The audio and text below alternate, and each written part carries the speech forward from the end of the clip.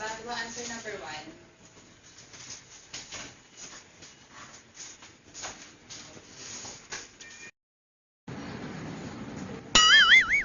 Pag gutom ka, magpruta ka.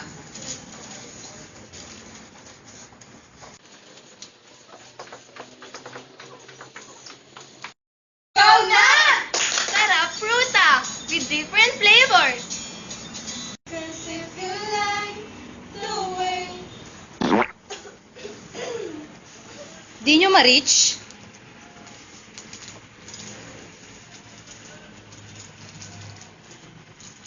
Cause if you